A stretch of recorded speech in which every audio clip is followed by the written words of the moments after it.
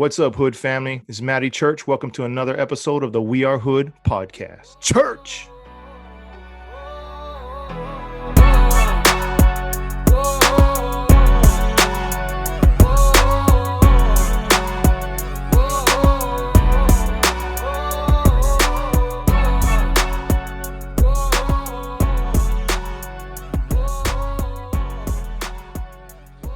What's up, family? Welcome to another episode of the We Are Hood podcast. Live Hood and Prosper. I got my boy Kaheakamauu all the way from his new home in California. And just a brief overview of what this cat has done over his time as an investor, a philanthropist, and an entrepreneur. Owns ROI Industries. He's heavy into real estate. He's starting up a business in a pandemic. His plumbing business, just to show that you can do it even in one of the worst times in our economic times. But he has an awarded an honorary PhD for humanitarian aid around the world, and just a lot of things. But I'm super blessed, super happy to have my boy Kahea on the podcast. Guys, welcome, Kahea. Hey, thanks, my man. Thanks, Matt. Thanks for having me here. Excited to be here and chat with you this morning. Yeah. We'll get into it, but you know what? I remember a funny story. We were at Zippy's, and just so you guys know, millionaires do eat at Zippy's. So it's he's not eating gourmet food all the time, but we were at Zippy's. Korean chicken barbecue salad, man. That's my favorite. that's the stuff right there. But we were at Zippy's one late one night with a bunch of friends, and tell the story about when you decided, he has some toys, but tell him the story about when you decided to buy the Ferrari, man. I think it's just hilarious. Well, the thing is that, when you get down in the groove and you're just starting to work, right, and you're just grinding and grinding and grinding, sometimes you forget about what you're building. I'm sure that's happened to you, right, where you're grinding, and then you wake up 2 years later and you're like, holy shit, or holy crap, like look at all it, like you see all these accomplishments happening, right, because you've been working so hard, right? And there was this period in my life for about 8 years where I was just grinding for 8 years straight, maybe 7 years straight, where I was just, every problem that could come in my life would come, right? And we're talking like and it started off with a divorce, and then it was 2008 crash. And then it became raising two kids from the divorce on my own, and all these different things. And then still trying to maintain the business, right? And grow this business that I always wanted to have.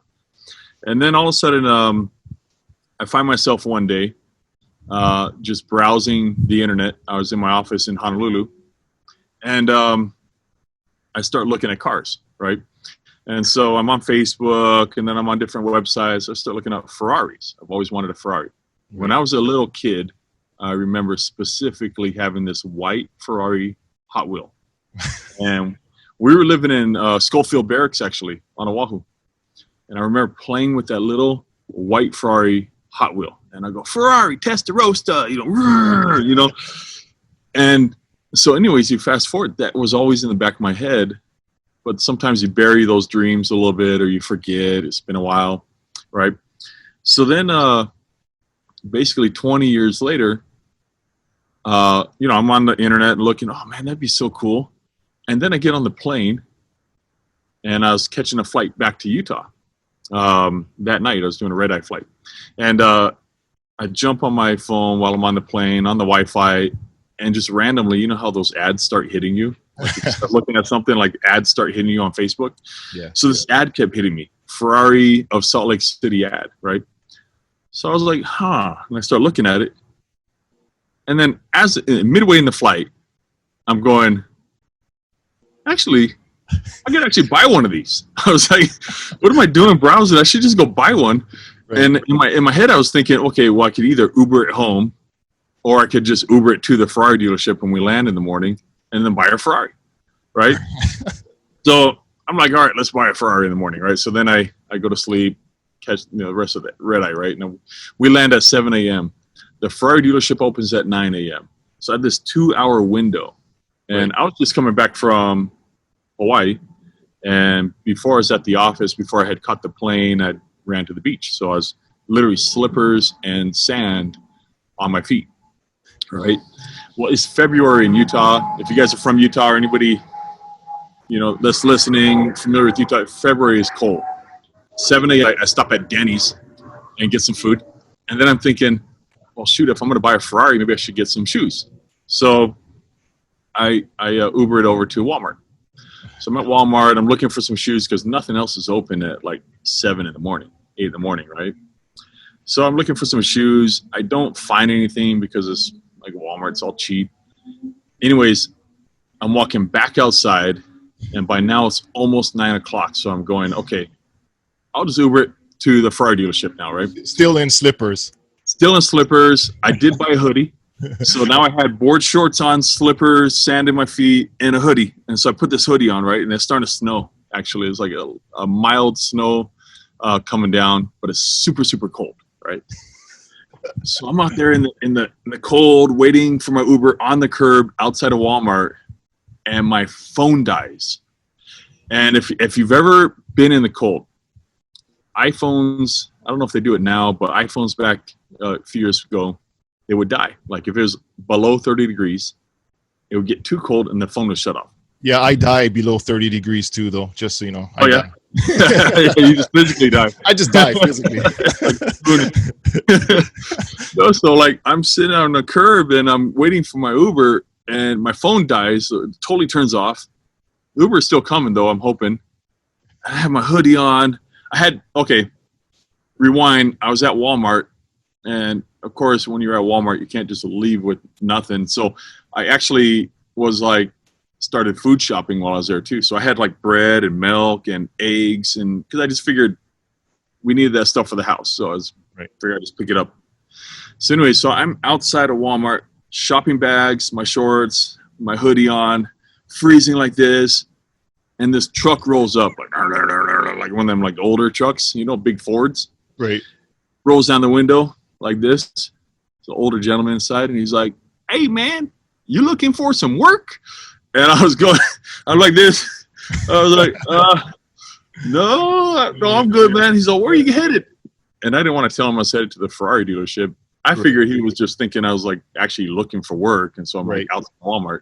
Like maybe that's where you pick up people for work in the morning. I don't know.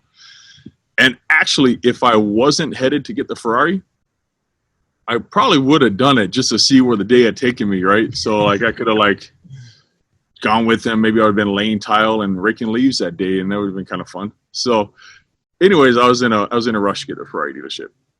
So Uber finally shows up. I catch a ride. That guy's like, "Oh, am I dropping you off for work?" And I was like, "No, I'm just coming here to look at some cars." I get out of the Uber. There are 3 sets of doors at this Ferrari dealership. And this is when the Ferrari dealership in Salt Lake was on Main Street. And it was like some homeless people right outside it, right? Like sleeping on the benches. Right. So in my mind, though, I'm thinking, oh, I look normal. They'll probably open the door for me. Again, hoodie, Walmart shopping bags, slippers, and board shorts. Not looking like the Ferrari buyer, right? So I'm like, I'm walking up to the door. There's 3 sets of doors. They unlock 2 sets of doors. They don't unlock my door. And so I'm sitting there freezing, and I'm like, what the heck? Why wouldn't they open the door for me? Like, I'm wondering why they don't think I look like a Ferrari buyer. Yeah. So then I walk over to the other door, right? And I'm walking inside. I start looking around. I put my Walmart bags down. And I find the exact car that I saw on the internet. And it was this white 458 Ferrari, and it was the Italia version. Right. And so some background story, I'm actually part Italian. My mom's Sicilian. So I'm also kind of like, oh, this is cool. I, like get in touch with my Italian roots, and with a Ferrari, right? With a Ferrari. Because learning how to maybe cook like Italian food, we'll just go to buy Ferrari, right? I just buy a Ferrari because it has a little Italian flag symbol on the back, and then I could tell my mom. She was always complaining, like, "How come you're always so Hawaiian? You never show off the Italian side." So now I was like, "Oh, there you go, showing off the Italian side." to everybody. So I'm standing by the car. Of course, no one's helping me. And I'm starting to get tired of waiting. I'm like walking around the car a bunch of times, and I'm kind of making noises like, oh, this is cool. Open up the door, close it. No one's walking up to me. So finally, I'm like about 20 minutes in, I raise my hand. I don't know how you buy a Ferrari. I don't know if like you stand by the car and raise your hand and wait. Like, I don't know how it works. So like, I'm just like, I raise my hand and the dude, I'm like, hey, I'm either leaving in a freaking Uber or I'm leaving in a freaking Ferrari, but someone needs to help me, right? This nice guy comes over. His name's Alan, and he's like, yeah, can I help you? And I was like, well, I want to buy this car. Like, how does this work? And he's like, well, there's a lot of paperwork and stuff you got to do. I was like, cool, let's do it. I was like, do I give you a debit card? Do I write a check? Do I need to go get a bag of cash? Like, I don't know how to buy a Ferrari. I've seen like mafia movies. They come with like the suitcase of cash. Exactly. I was like, I don't know. Exactly. So anyways, we start going through all the paperwork, which actually takes a long ass time to buy a $200,000 car. I guess it's like buying a house in like Midwest states or something, right? So we go through all that process, and by now it's been like maybe hour and a half, almost 2 hours that I've been at this dealership. Right. So I'm like starting to get antsy. I can kind of get impatient. I don't like to be around places too long. I got a lot of ADD, which is like everywhere. And so anyways, I'm like, he's like, hey, do you want to test drive the car before you sign on the dotted line, basically, like the final signatures? You want to like test drive the car? And I was like, dude, I've got eggs and milk sitting over there that spin out of the refrigerator. I got to get this stuff home before it gets old. I was like, is there something wrong with it? And he's like, no. I was like, well, then why do I got to test drive it? And he's like, I don't know. And I don't think driving the Ferrari is going to be disappointing. Like, yeah, you know what? I just not feeling like, right? The exhaust was a little bit noisy. Yeah. It was a little bit too fast on the gas pedal there. Yeah. Very, very touchy. So the secret was I actually didn't know how to drive a Ferrari. And so I didn't want to jump in the car and everybody's staring at me. So I figured if I just buy it and then they roll it outside like they were planning on, everybody will walk away, and I'll wait till everybody walks away, and then I'll turn the car on and take off. Right? So I load up my groceries. Now the groceries are in the hood, right? Because the engine's in the back. So I open the hood. I'm like, oh, this is cool. And I put my milk and eggs and the bread. And I think I had bought some cereal. Right. I put all that in the hood. And then which took a minute to figure out how to pop the hood open. There's like a little tiny button down by the driver's, like. Yeah, not a priority for Ferrari to find where the trunk is. I don't know where. Yeah. It's like you're not really supposed to be loading things in it. Yeah. And so anyways, I get in the car, and it's exactly what happened. I had no idea how to even turn it on. And so I'm like standing there with the guy. He's all, well, you ready to jump in and drive away? I was like, oh, I gotta make a phone call. So I'm gonna sit here for a bit, but I'm good. Just you guys get back to work or whatever. And I'm waiting for them to go because I was so embarrassed, but I actually sat inside the Ferrari and went onto my phone and was on YouTube doing I literally, this is what I typed on YouTube. DIY Ferrari driving. Do it yourself Ferrari driving. And I was looking at videos. And I was like, oh, okay. So you actually do turn the key, and then you got to press the start button on the wheel, on the steering wheel. There's a start button. So I did that, and then it turns on, all right, holding the brake down. And then I was like, there is no shifter in this car. Like, there's nothing to put it in drive. There's no dial or something that you press D for drive. Nothing. And I'm looking at the buttons. There's 3 buttons. One says AS. One says R. And then what did the other one say? There's like an emergency button or something. And that was it. An ejection seat button, I think that was. It's actually the launch button.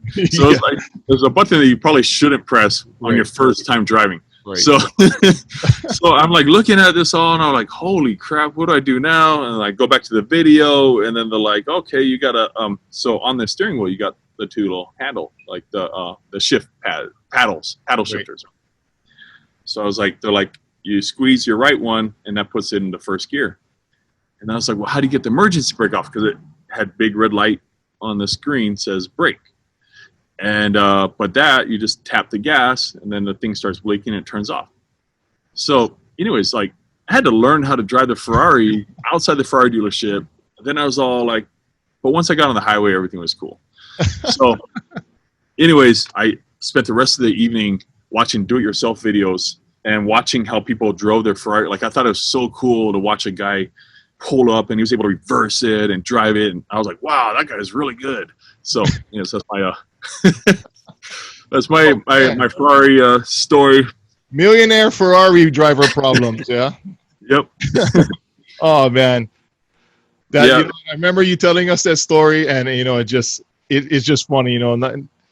But you know, when I hear that story, I think to myself, you know, that's maybe not to buy a Ferrari, you know, whatever you have these dreams from something that you're a child, you know, it can come to reality, and you know, you got to enjoy life too when you get to a point where you have the ability to do so. So I love You know, this. honestly, you should just always be enjoying life. Like what I found, and of course people will say, oh yeah, well, if you got more money, of course you're gonna be able to enjoy life. Actually, it's the more I've enjoyed life, the more I've been able to make more money. And so you're enjoying what you're doing, and you're enjoying the things that you're building, and you're enjoying, and then that you know, just the karma around you and your influence, like exactly what you're doing, right? You're building up, but you're building up people. And so because of that, it builds you up more, people build up more, your village builds up, and then as a whole, everybody's built and everybody's enjoying it.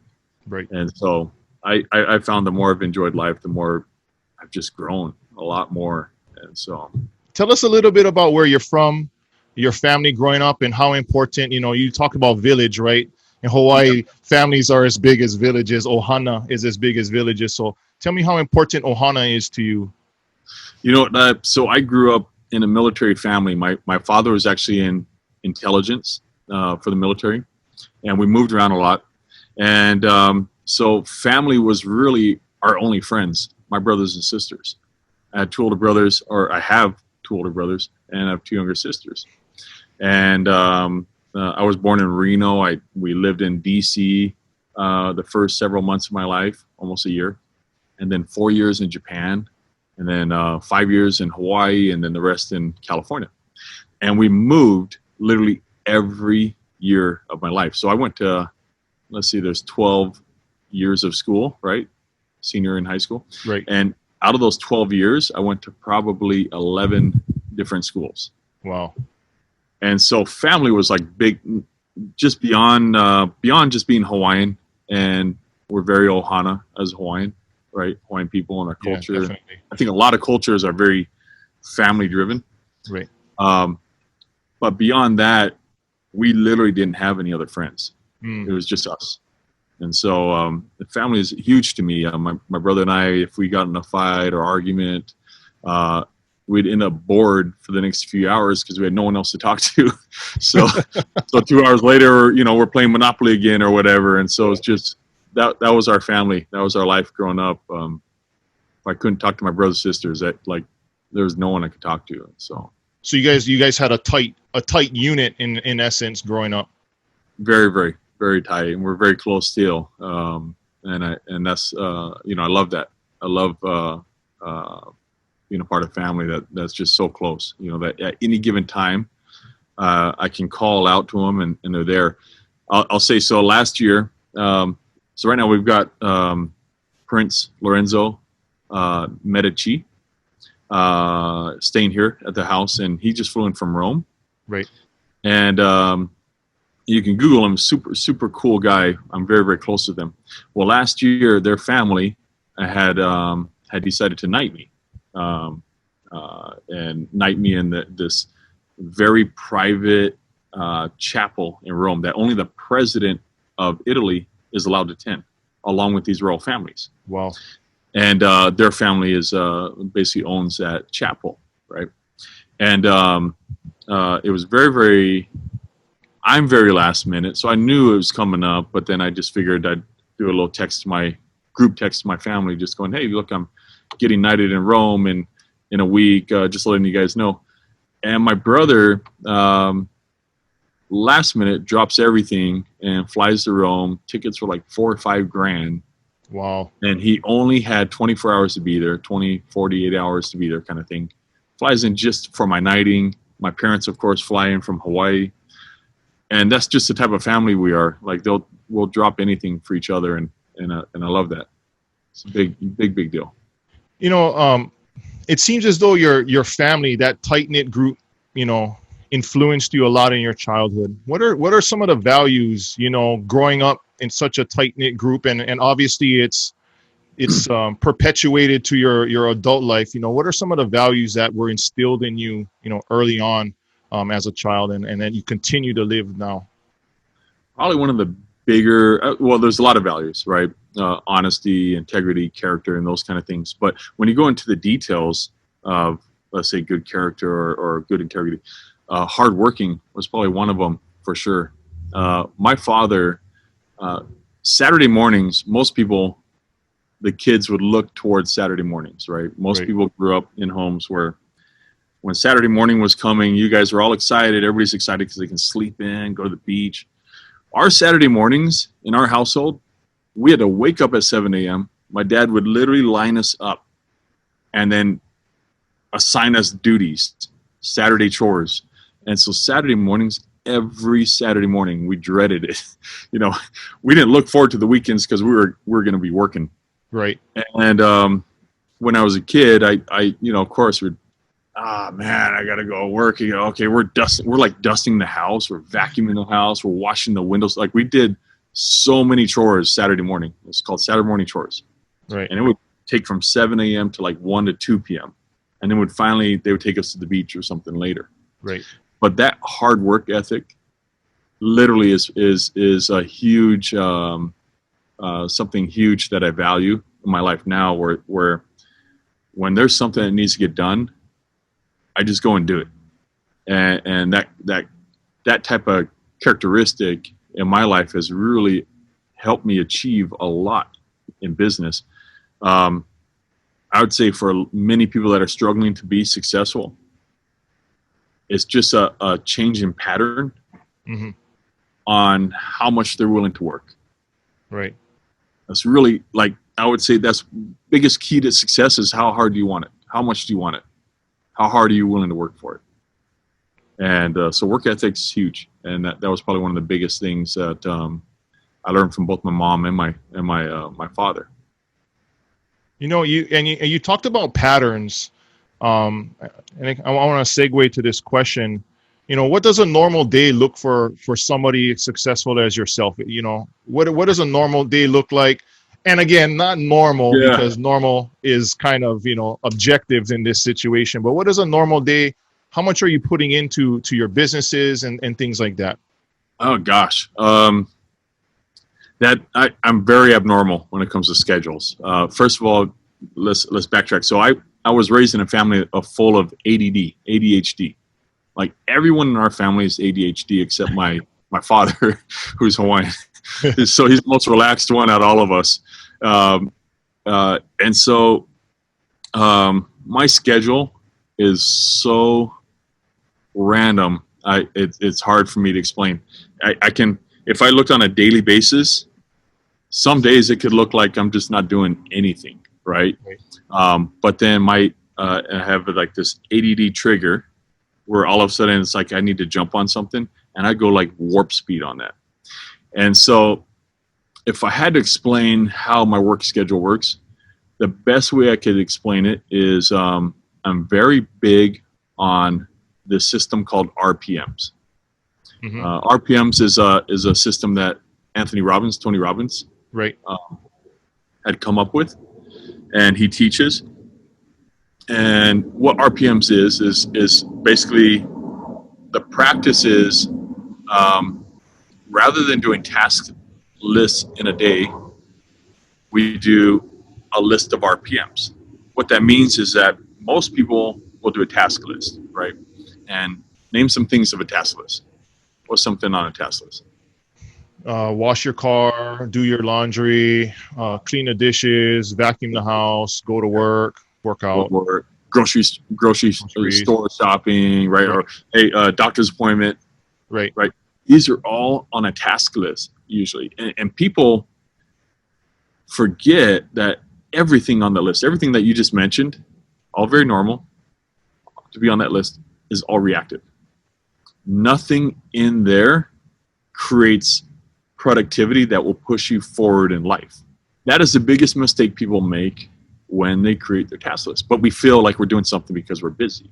Right. So what RPM's taught, or what Anthony Robbins teaches, is creating a list of what are the most key important factors of things you could do today that would boost yourself towards your next goal. Right. And I have lived RPM life. Now we back up, and I mentioned how I'd raised my kids since my youngest was a month and a half old. I've raised my kids on my own. The other one was 2 years old, turning 3. And market had crashed, 2008 through 2011 crashed, right? And I'm trying to raise these kids on my own, and I'm trying to keep my business alive, which basically died during those years. Right. And I was on welfare at that time because we literally had crashed financially. I had nothing, food stamps and welfare, right? Wow. How does someone build that quickly to millionaire status in literally, I think it was 3 years, from 2010 to 2013, literally multimillionaire at that point. And it was because of RPMs, and I've lived that life. And what it is because I had to divide my time between work and raising kids, right? Which then meant that every minute of my day was important when I was focused on whatever it was that I wanted to be focused on. So when I was focused on work, I needed to make sure that whatever time I did put on work, it had to be the most effective time when I put on there, right? So rather than going through spam emails and like my meetings were pushed to 5 to 10 minute type meeting limits. And so when I'd go into the office and I'd talk to some of my staff, I literally had, so we lived in Haula at one time, right? Right. My office was a printing shop at one point, and I also had a real estate office as we were building more. But I had to drive from Haula, drop my son off at preschool. He would get off at 12. I'd drop him off at 8. I had a 4-hour window to drive to town, which took an hour, have a couple meetings, and drive back, which took another hour to pick him up in time for him to get out, right? So that gave me 2 hours at the office. And in that 2 hours, I had to do meetings and everything else that everybody else would do in 8 hours. So because of that, then I had to schedule everything down to the minute. And it forced me to be as effective as I ever could in those couple hours. So 5-minute meetings, right? Because Hawaii, we're very talk story and let me ask about your cousin. And maybe I came off rude a lot during those times. I don't know. But I was grinding so much. We'd have a 5-minute meeting and then I was done, right? And that's how my life has been ever since. So I credit Tony Robbins because I remember listening to that tape and learning about RPMs. And I also credit as being a single father and having to adjust my life. It forced me to be very, very effective in business with a very, very little bit amount of time. And so that was where I saw a lot of growth. You know, you must have to surround yourself with other people who are either driven or have an ability to follow that lead, right? So, you know, speaking to a lot of people who are successful, I see that you have to be that driving force, but you need to surround yourself with good people. Talk to me about, you know, how important having those relationships that you surround yourself with are in growing your business and being able to stretch your time and efficiency as much as you can. The saying, birds of the same feather flock together, it's very, very true, right? Whatever type of person you are, you're going to be more comfortable with other people like you. And so there's also the other saying that if you want to change your life, change your circle of friends. Mm-hmm. Right? Like that's an immediate change of life. Like if I were to, if I was, success doesn't have to be financial. It can be a number of different things. But let's just say I was unsuccessful financially. I bet if I were to look around, my group of friends, my group of circle of friends would all be very similar. Would all be in a very similar circle, right? Or level, or whatever you want to call it. And if I were to just change that group of friends, which maybe isn't that maybe not as easy as you're saying it, but make and strive to find a whole new circle, all of a sudden your life is going to change as well. And it's because you're going to adapt to habits. You're going to adapt to how their work ethics are. You're going to adapt to their language of speech. You're going to adapt to their intelligence. Like my friends, and like, Alan as well. Right. Alan, and my good friend Charles and a couple of my other friends, we'll randomly text each other and go, "Hey, man, what book are you reading?" "Oh, I'm reading this book." "All right, cool, man. I'm reading this book." Just out of the blue, we'll do those kind of things. And it's just very, very normal that we're always searching for more education, for more learning. And so, I've got some great close friends of mine, and we're always striving to build to the next level, always trying to build to the next level. And I think that's key. It's not always, and it may not be a popular view the way people may perceive it is, finding a new circle of friends. But sometimes what that does is that also helps to re-influence the circle of friends that you do know and love and maybe had for 15, 20 years. And maybe they're looking for something more in their life too. They just don't know or have an opportunity. And by you being able to step out of that circle and find yourself in another circle of influence, you can sometimes take that back to people that you've grown up with or love, Definitely. And that's kind of the thing, right? Is, you always should be improving yourself as much as you can. And then you should be improving the people around you. Right. And that goes the same way with money as well. My belief, everybody has their beliefs in money. My beliefs are money is for three things. It's A, to improve your life, B, to improve your family, and then C, to improve others. Right. Right. And you do that through philanthropy and those kind of things too.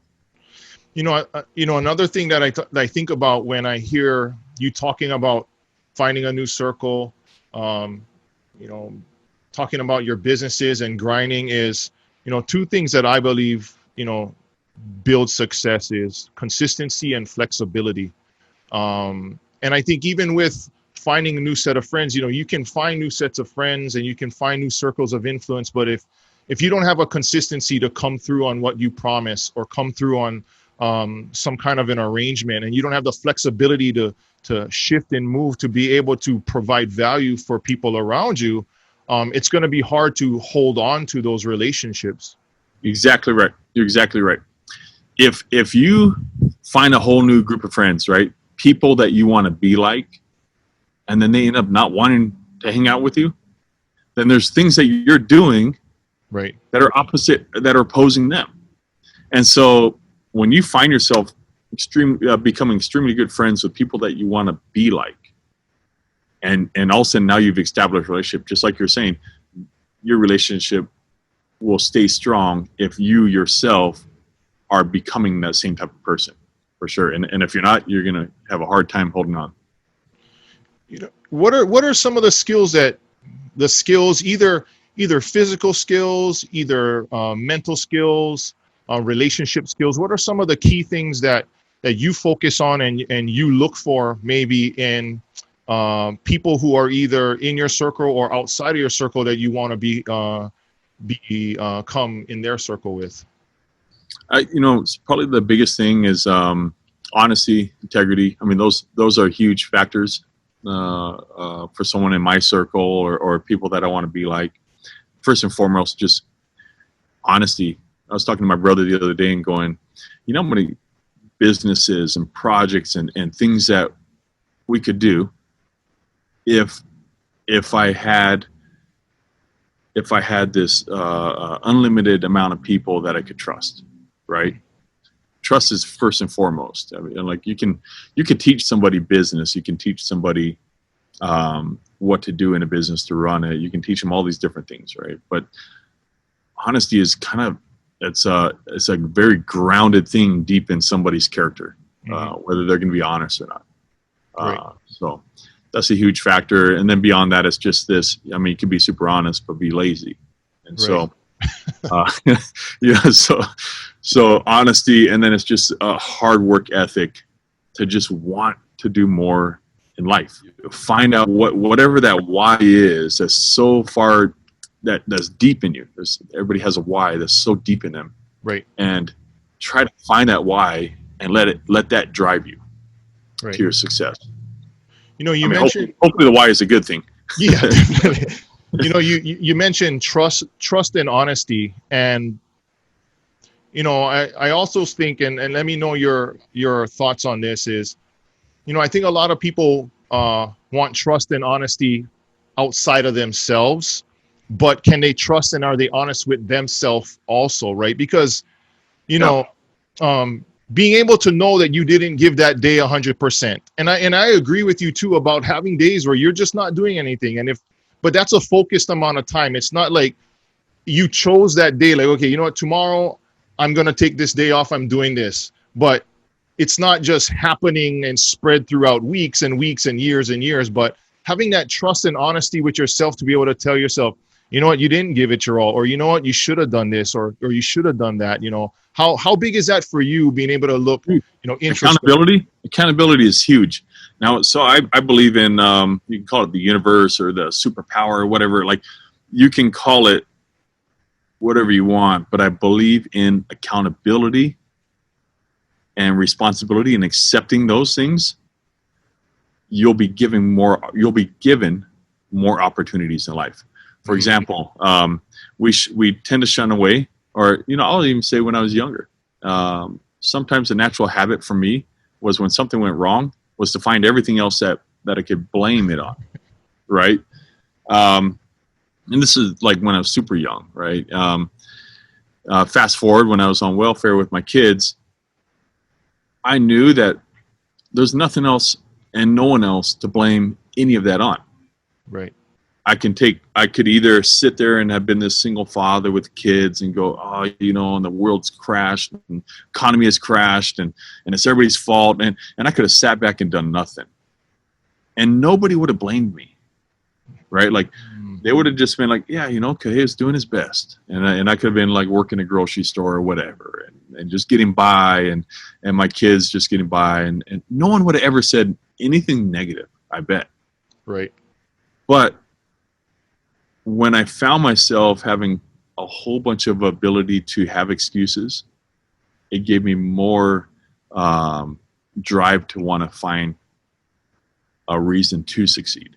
Mm-hmm. And so I took on accountability so quick, and I learned to take on accountability very quick. I found that if something bad happens with somebody that's a friend of mine that's involved with a project with me and they mess up, I take on their accountability. And what I've learned is that the more you accept accountability and responsibility for your actions, for sure, but even you start accepting it for other people's, somehow opportunities start coming your way, because like the universe and everything else believes you have the ability to take on more responsibility. That makes sense. So I'm huge on accountability. That's huge. Be honest with yourself.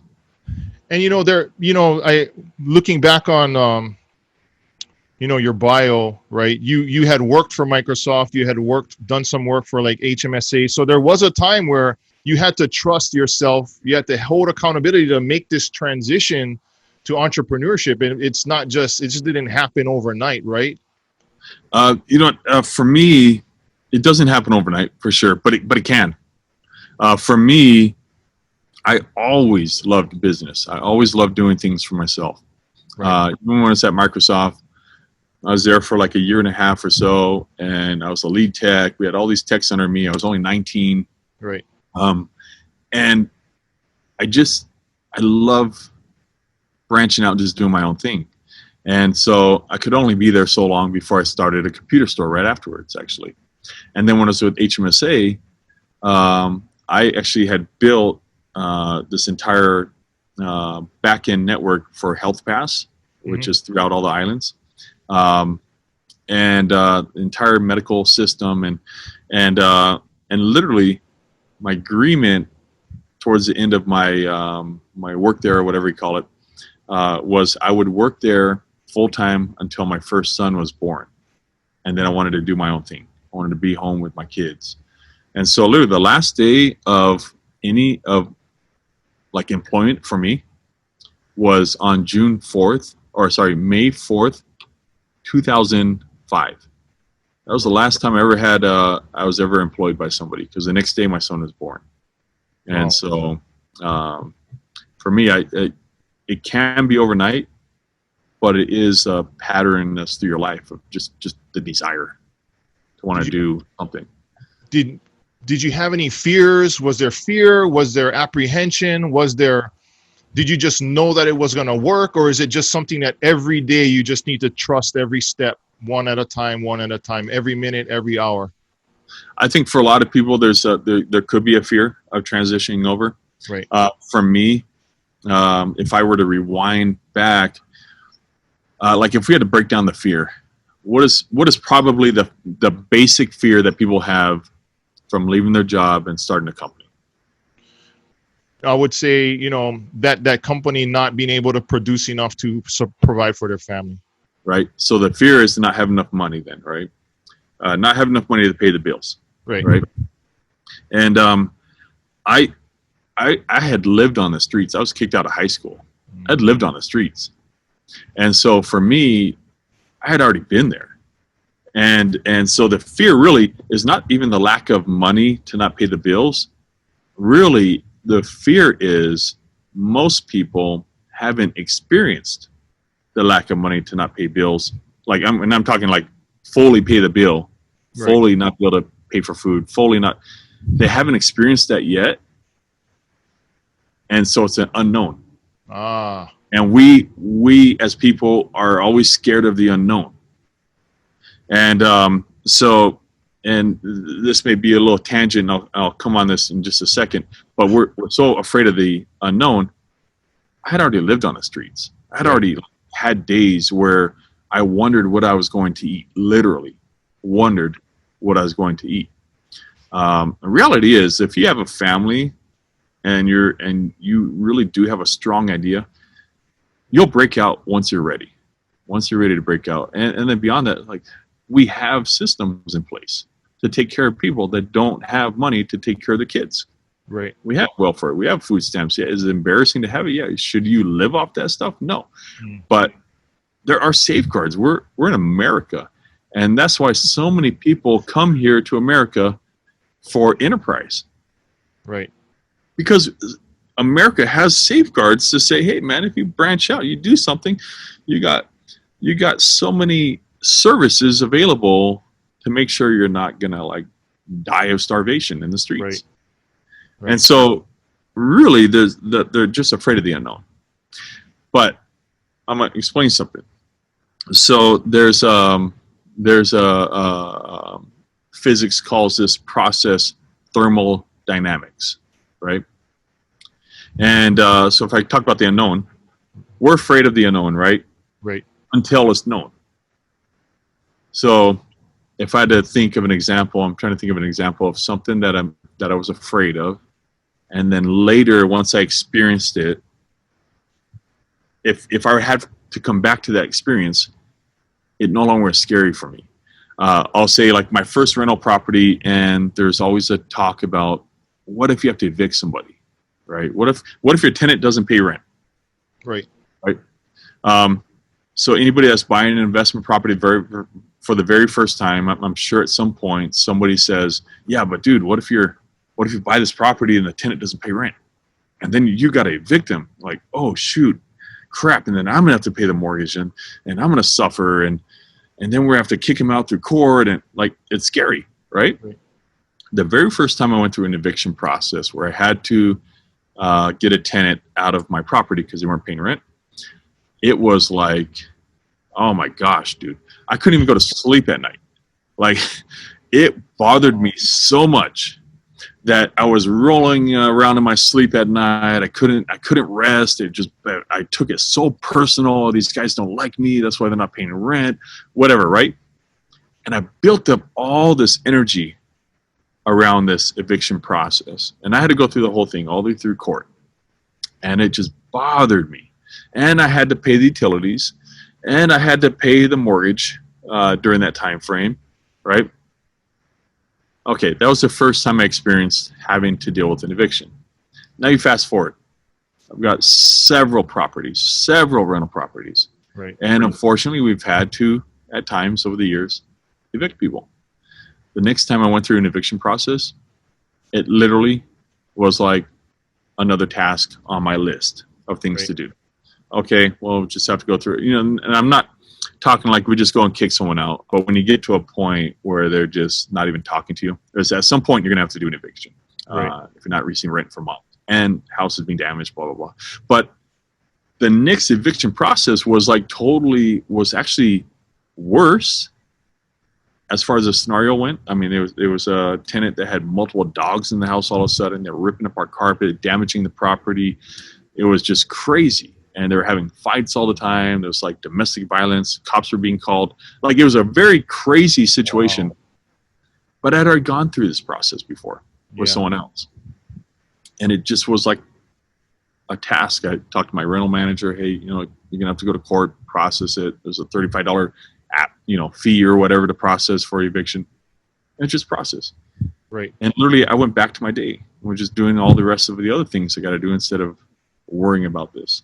Right. So we call that thermodynamics. The process of coal turning to diamond. And what it is in nature is that when coal turns to diamond, that process in between, you got black, filthy coal. Right. And then it goes through this process in nature, thermodynamics, where it's like all the pressures of the earth combined in physics and atoms and molecules, all this stuff is like just coming on this coal. And it's coming strong and heavy. And nature knows. This was so amazing with nature. Nature knows that if it was 1 degree more pressure, 1 degree more temperature, 1 degree more of anything, the entire process would fall apart. It took it to the core depth of pressure for that coal. Like anything more and the whole thing would crack and fall apart. Right. But it would take it as far as it could. Nature would. Nature does actually with coal. And then magically that coal, as it is pushed and, it turns into a diamond. Like literally a diamond. Like this filthy coal turns into diamond. Right. Through that process of thermodynamics. And when it becomes a diamond, do diamonds turn back to coal? No.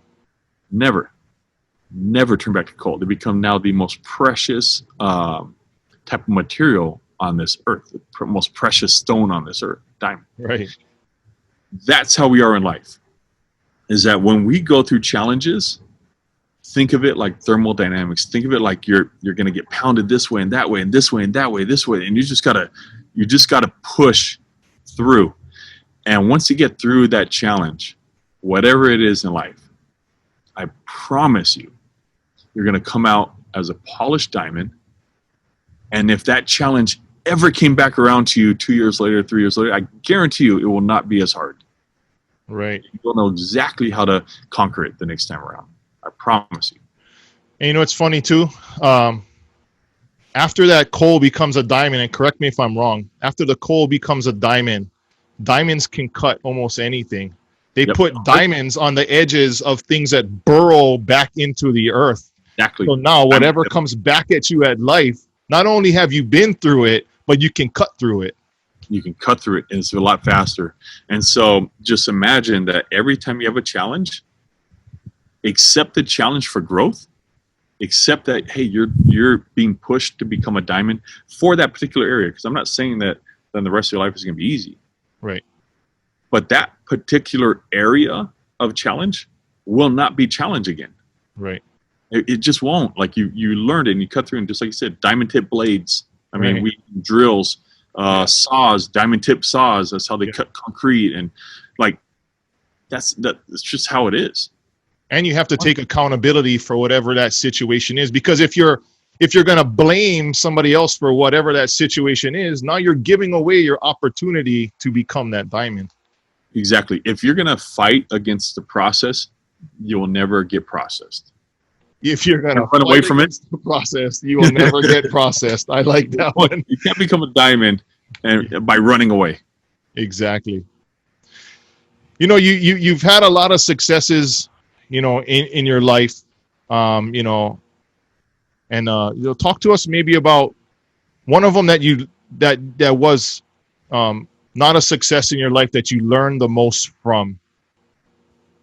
Man, gosh, I would just say that it's going to be the biggest challenges I've had, and literally a lot of it I reflect on to big turning points in my life, if that makes sense. I'm sure we've all had turning points, right?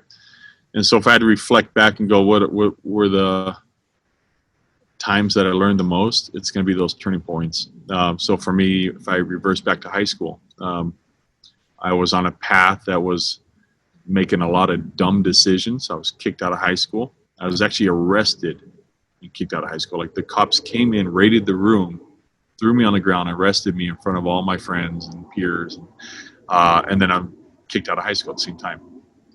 And there's a turning point where I had to make a decision of, okay, do I want to keep going down this path because it doesn't look like it's turning out to be good for me? Right. Or do you want to use all that energy and maybe go this direction and see how that works? And at the time, I'd like to, people reflect back and maybe they think, oh, so you just decided you wanted to be, perfect and good. And I was like, no, actually, I looked at what was what was happening if I kept going this route. Right. And I just decided, hey, I haven't really chosen this other route. What would happen if I just turned and did a 360 and just started going this route? What would happen in my life if I did that? And so that was a huge turning point for me, because then, of course, things started working out in my favor as life went on. Another turning point was goals. So as I was maybe a couple years out of high school, and I was actually on crutches, and I was like going through life. I actually dropped out of college. So luckily I had later graduated high school and got a swimming scholarship for University of Utah. Dropped out of University of Utah because I hurt my knee. Right. I bumped into this motivational speaker.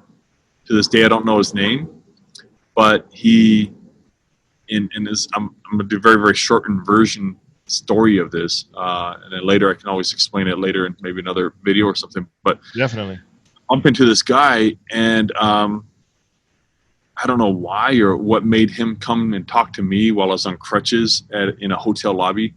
But he calls me to sit down at the couch with him. And, you can tell I'm young. Asked me what sport I'm playing or how I got hurt, And he's like in this, suit and tie and stuff. And he goes, man, if there's anything I could ever tell you right now, I only got a couple minutes. He's like, if there's anything I could ever tell you, it's goals.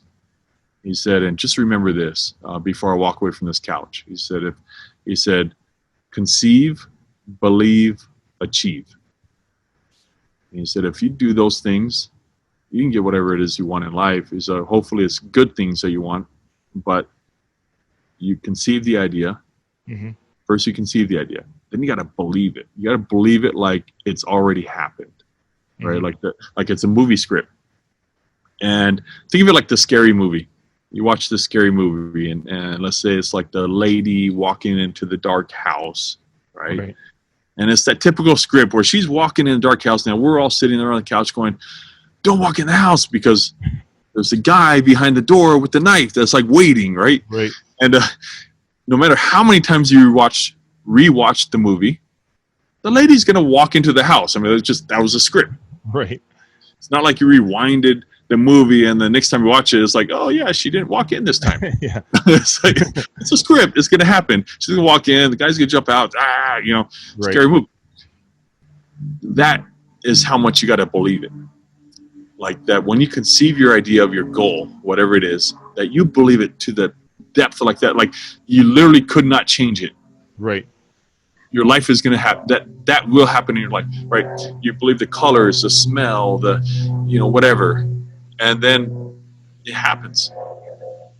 Like you'll achieve it. So he told me that in a couple minutes. And then I remember reflecting back on it. And so I created this goal list and a little card that I still to this day, I keep in my wallet. Right. I wrote it down when I was 19 and I was broke. I was at a time where when I had dropped out of college, again, I'm on the streets. I had to move out of the dorms. I didn't have money for food anymore. I couldn't get a job. I was on crutches because I had messed up my knee. I was out of surgery. And literally, I was even at that hotel because I wanted a cookie from the DoubleTree just so I could get a free cookie. That's how hungry I was. And I happened to randomly bump into this guy. So later I write all my goals down and I have it laminated and I put it in my wallet and I would just stare at those goals. And I had the years and the dates on them. Wow. Specific goals then. Specific goals that I wanted to achieve. I wanted to be a millionaire by this date. And I had all these like goals that were maybe very, very outlandish. If you were to meet me at that time when I was 18 I was 18 and I was on crutches and I had nothing. But I believed it. And then, over the years, I had misplaced that card for a bit. And then I would say like about 10 years later, I pick up that card when I was like 20. Oh, no, not 10 years later. About 8 years later, I was 26. Yeah. 27. Pick up that card. I find it. And I was like, holy smokes. Everything on the card had come true. Wow. And so, goals is a huge thing for me, and that was another huge turning point for me to learn how to put a goal down, believe it, and then it just achieves on its own. Wow. Meeting you a couple of years ago, getting opportunities to really talk to you and get to know you, I know that now that you've achieved. Again, success comes in various forms. So, just your monetary success is not just how you measure success. But I know now you have also a mission to be able to help. You're very philanthropical. Yep. I know you work with a couple of different groups. And I think it's really important to feature that because I think, part of success is making your money matter is when you have money. What are you doing with it? Are you like you said, are you trying to help and make the world a better place? So talk about some of the humanitarian, philanthropical things that I know you've done, because I know you're proud of those things too. Yeah, huge. I truly believe, like I had mentioned earlier, I truly believe there's 3 reasons for success. And one is for yourself. And then the second is to take care of your immediate family. And the third is just to take care of others.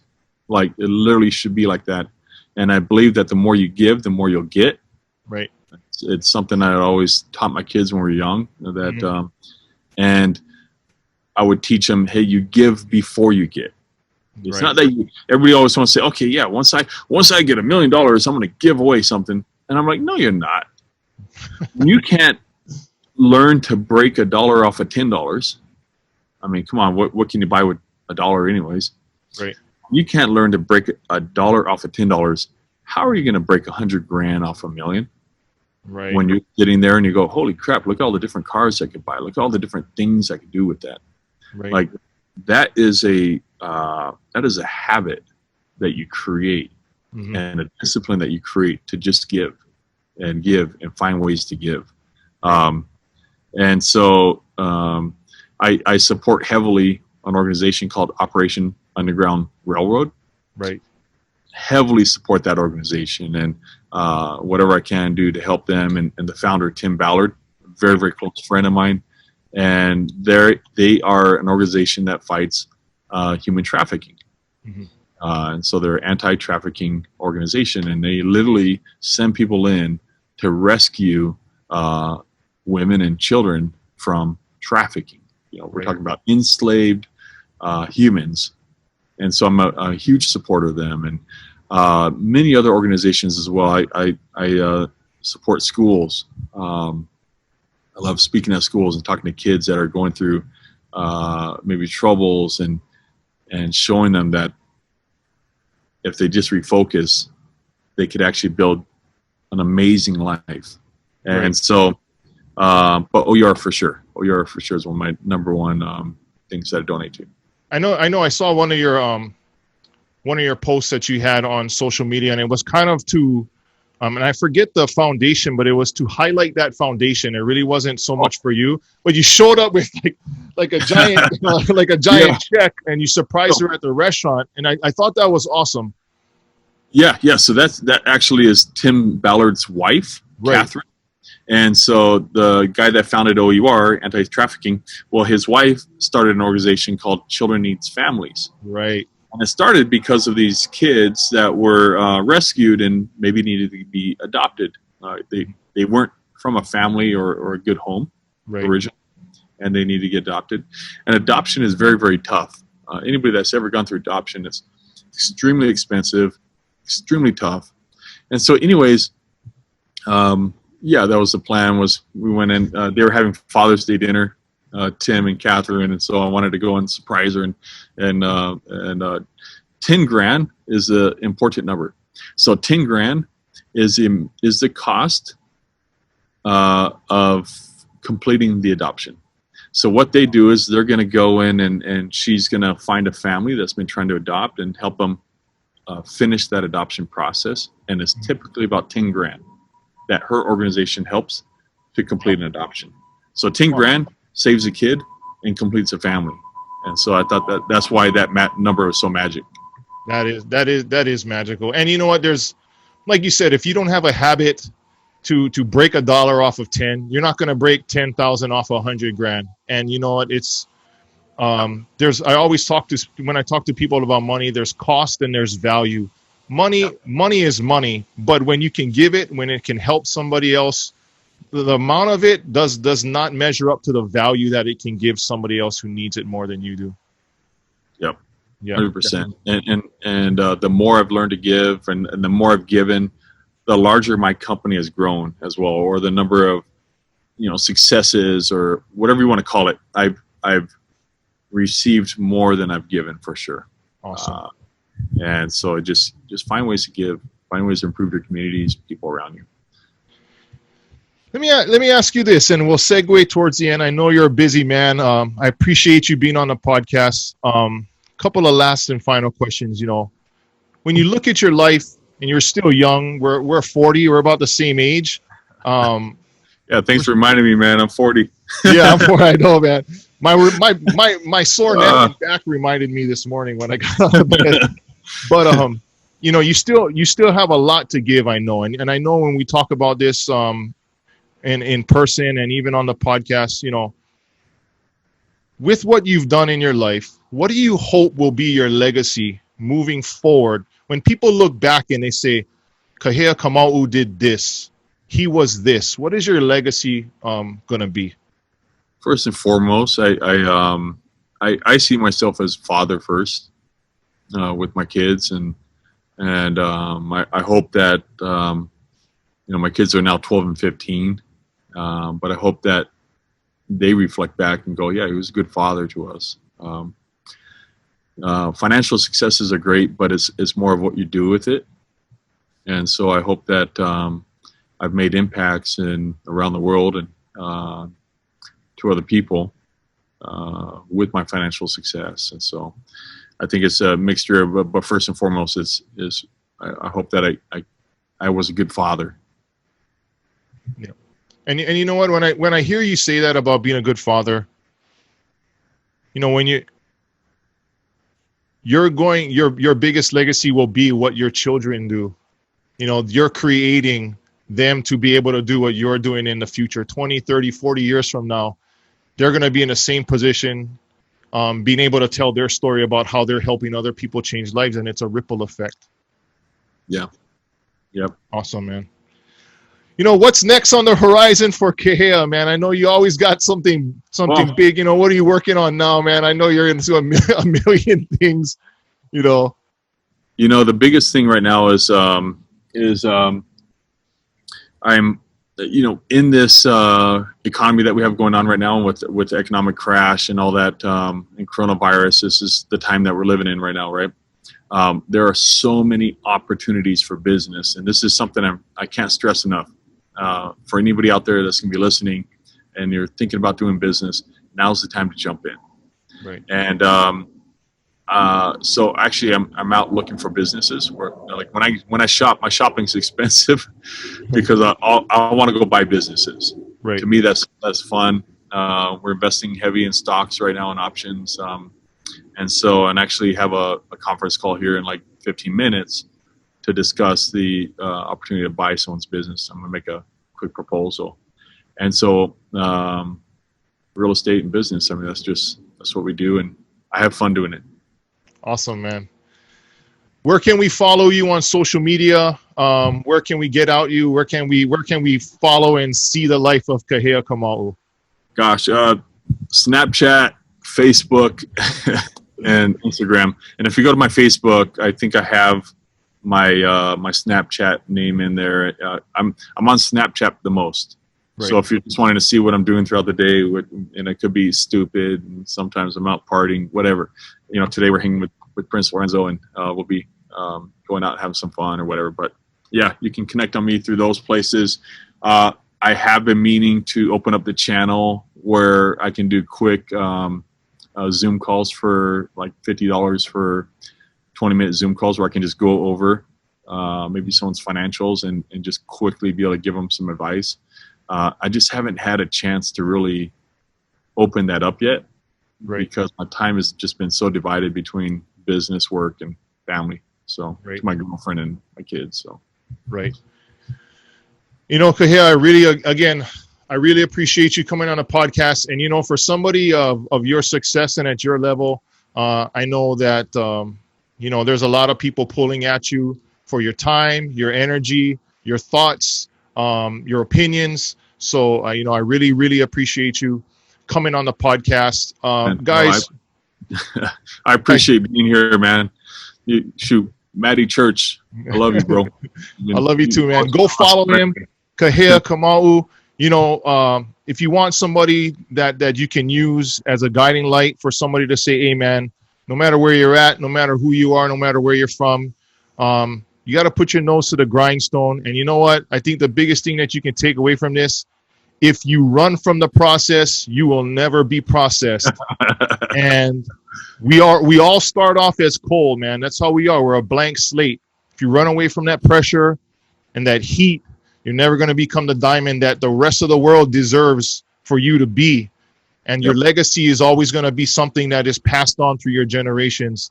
But again, I truly believe there's a moral obligation for all of us to strive to become diamonds. Boom. And together we grow. So, all right, man. Right on, man. I appreciate your time, Kahea. Live Hood and Prosper podcast. Church.